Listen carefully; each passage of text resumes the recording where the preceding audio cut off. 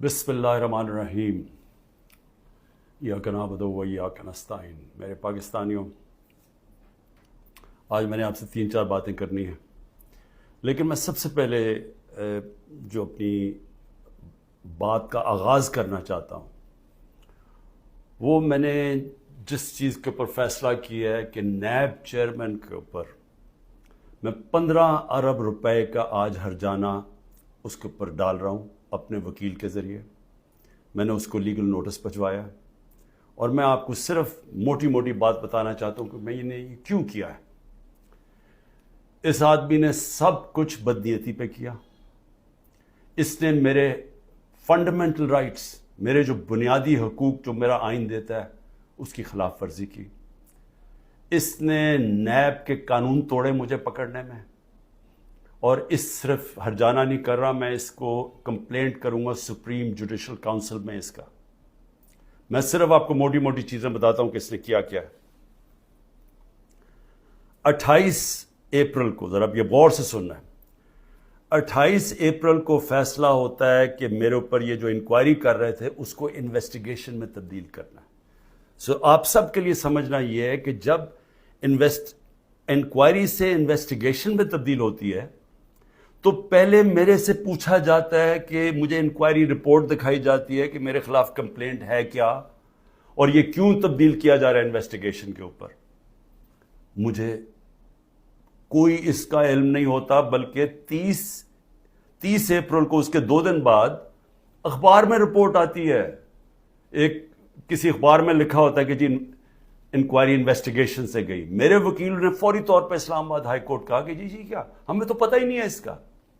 لیکن ذرا آپ دیکھتے رہیں کہ 28 سے جب مجھے پتہ ہی نہیں ہے کہ انکوائری کیا ہے، میرے پاس رپورٹ ہی نہیں ہے، انکوائری کی رپورٹ میرے پاس پہلی دفعہ آتی ہے جب یہ مجھے جیل میں ڈالتے ہیں۔ یہ نیب کے قانون کی خلاف ورزی ہے۔ اب بدنیتی دیکھیں کہ 28 کو وہ انویسٹیگیشن کرتے ہیں، 1 مئی کو میرا وارنٹ نکل جاتا ہے، 3 دن کے بعد میرا وارنٹ نکل جاتا ہے، اور وارنٹ بھی اس دن نکلتا ہے جس دن پبلک ہالیڈے ہوتا ہے، 1 میں پبلک ہالیڈے ہوتا ہے۔ 8 دن پتہ نہیں چلتا کہ میرا وارنٹ ہے، چھپا لیتے ہیں وارنٹ کو، اور پھر اس کو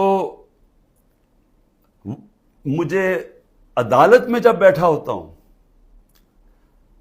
اسلام آباد کی عدالت میں جب بیٹھا ہوتا ہوں، تو تب پتہ چلتا ہے کہ میرے اوپر اٹیک ہوتا ہے رینجرز کا۔ پولیس کیوں نہیں؟ رینجرز آپ تب استعمال کرتے ہیں جب کوئی بہت بڑا مجرم ہو، جب کوئی وہ دہشت گرد ہو، یا جب اسے کوئی خطرہ ہو۔ میں تو جب اسلام آباد 9 تاریخ کی صبح کو نکلا تھا، میں نے ویڈیو ریکارڈ کی تھی کہ اگر آپ نے مجھے پکڑنا ہے تو آپ مجھے وارنٹ دکھائیں اور مجھے پکڑ لیں۔ وہ کوئی ڈرامے نہ کریں جو میرے گھر پہ باہر آ کے انہوں نے کیا۔ اس کے باوجود رینجر سے مجھے پکڑا، توڑ پھوڑ کی گئی، میرے سر پہ ڈنڈا لگا، لوگوں کو مارا، خون نکلا لوگوں کے۔ سٹاف جو تھا اس کو انہوں نے مارا، جو وہاں بیچارہ رجسٹری آفس کا سٹاف تھا۔ اور پھر جس طرح مجھے وہ لے کے گئے، ساری دنیا میں وہ تصویریں گئیں کہ جس طرح کوئی کوئی مجرم کو، دہشت گرد کو پکڑ کے لے کے جا رہے ہیں۔ یہ سارا نیب چیئرمین کے آرڈرز کے اوپر ہوا۔ اب یہ دیکھیں، سیکشن 24، جب آپ اریسٹ وارنٹ کرتے ہیں نیب میں، تو یہ 4 چیزیں ہونی چاہیے آپ کو اریسٹ کرنے سے پہلے، کہ یہ 4 وجوہات ہونی چاہیے جس کی وجہ سے وہ آپ کو اریسٹ کرتے ہیں۔ نمبر 1 کہ بار بار مجھے نوٹسز گئے اور میں اس کا جواب نہ دوں۔ مجھے نوٹس ہی نہیں کسی نے بھیجا تو میں جواب کیا دیتا؟ تو پہلا غلط۔ دوسرا کہ میں مفرور ہوں، کہ میں بھاگا ہوا ہوں۔ میں عدالت کے اندر بیٹھا ہوا، میں مفرور کیسے ہوں؟ میں تو ہائی کورٹ کے اندر بیٹھا ہوا تھا، وہ بھی غلط۔ تیسرا کہ میں ایویڈنس کو چینج کر رہا ہوں۔ ایویڈنس ساری گورنمنٹ کے پاس پڑی تھی، القادر کی ساری ایویڈنس، یا وہ این سی اے والی، وہ ساری ان کے کیبنٹ پہ پڑی تھی، اور یا انہوں نے ساری القادر کی ساری چیزیں منگوا لی تھی، وہ ان کے پاس پڑی تھی۔ تو میں نے ٹیمپر کیسے کرنا تھا؟ یعنی میں نے اس کو چینج کیسے کرنا تھا، تبدیل کیسے کرنا تھا؟ اور پھر بار بار ایک چیز کرتا جائے آدمی، ریپیٹ کرتا جائے ایک جرم، پھر اٹھاتے ہیں۔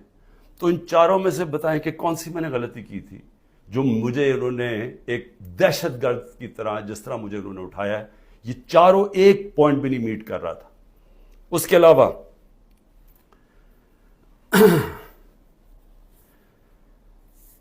جس طرح انہوں نے مجھے اٹھایا، میں اس لیے ہرجانہ کر رہا ہوں کہ انہوں نے ساری دنیا میں خبر گئی کہ عمران خان کو کرپشن کیس پہ اٹھا لیا۔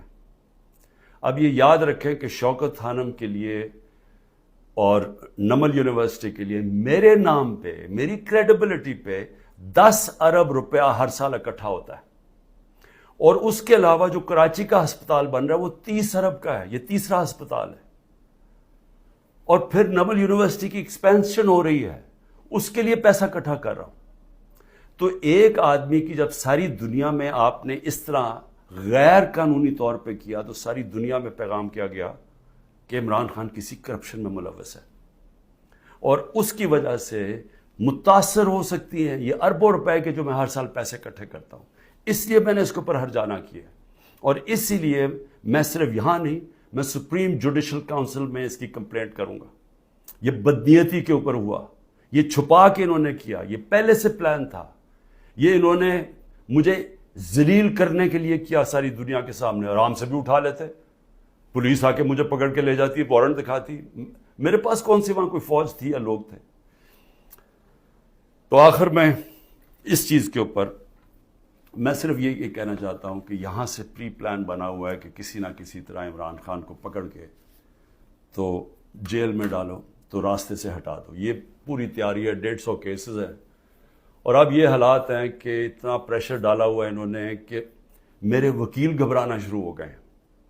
پہلے تو انہوں نے سارے کارکن پکڑ لیے ہمارے، اور میں خاص طور پہ وہ 10,000 کارکنوں کے اوپر آج بھی میں اپیل کرتا ہوں، ساری ہیومن رائٹس آرگنائزیشن کو میں اپیل کرتا ہوں کہ اتنا بڑا ظلم ہے کہ ان کو جیلوں میں بند کیا ہوا ہے، ان کو دہشت گردی کے اوپر رکھا ہوا ہے، اس کے لیے ایک شناخت پریڈ ہوتی ہے، اس کے لیے لازمی ہوتا ہے کہ آپ ان کو پروڈیوس کریں۔ وہ کہتے جی ہمارے پاس عملہ ہی نہیں ہے، وہ شناخت پریڈ ہوتی ہے، اس کے اوپر لے کے ہی نہیں آتی پولیس۔ ججز آرڈر کرتے ہیں وہ لے کے نہیں آتے، ججز کے آرڈرز وائلیٹ کرتے ہیں، اور پھر کئیوں کو اٹھایا ہوا ان کو پریزنٹ ہی نہیں کر رہے کیونکہ اوپر کیس ہی نہیں لگا رہے تاکہ ان کو عدالت بھی نہ لے جانا پڑے۔ لوگوں کو بند کیا ہوا ہے چھوٹے کمروں میں، گندے حالات ہیں اس کے اندر، کئیوں کے اوپر تشدد کیا جا رہا ہے۔ میں سارے پاکستان کے اندر، دیکھیں میں اس وقت سب پاکستانیوں سے اپیل کرتا ہوں کہ یہ جو ہو رہا ہے یہ یاد رکھیں کہ یہ ملک کو ادھر دھکیلا جا رہا ہے، وہ اس ملک کے اندر نفرتیں پیدا کی جا رہی ہیں، ایسی نفرتیں پھٹتی ہیں ملک میں۔ جب تک ایک پولیٹیکل پارٹی منظم رہتی ہے، ہم کوئی کسی قسم کا ہم نے آج تک 27 سال میں انتشار نہیں کیا۔ 9 مئی کو میں پھر سے ریپیٹ کرتا ہوں کہ سب کنڈیم کرتے ہیں، سارے، کوئی پاکستانی نہیں ہے جو وہ سمجھتا ہے کہ جو جلانا کیا، جو آرسن کی گئی، جو بلڈنگ جلائی گئی، یہ خاص طور پہ یہ جو کور کمانڈر کا گھر، سب اس کی مذمت کرتے ہیں۔ لیکن کیا کوئی تحقیقات انڈیپینڈنٹ نہیں ہونی چاہیے؟ اور کیا کوئی یہ نہیں کوئی آج تک کسی سے پوچھا کہ جو 25 لوگوں کو ڈائریکٹ گولیاں ماری گئی تھی، نہتے لوگوں کو، کیا ان کو کوئی والی وارث نہیں ہے؟ کوئی پوچھے گا نہیں کہ انہوں نے کیا غلطی کی تھی؟ سب نہتے تھے، سب جو مارے گئے ہیں۔ یہ حالات ہیں آپ کے اتنا خوف پیدا کر دیا ہے کہ وہ لوگ سامنے ہی نہیں آ رہے۔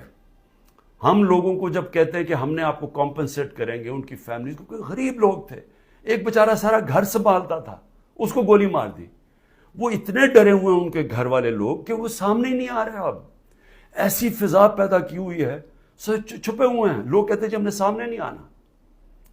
اور کارکنوں کا یہ حال ہے کہ ہمیں پتہ ہی نہیں پوری طرح چل رہا کہ کتنے کارکن اندر ہیں، کتنے جیلوں میں، کیونکہ وہ چھپے ہوئے ہیں۔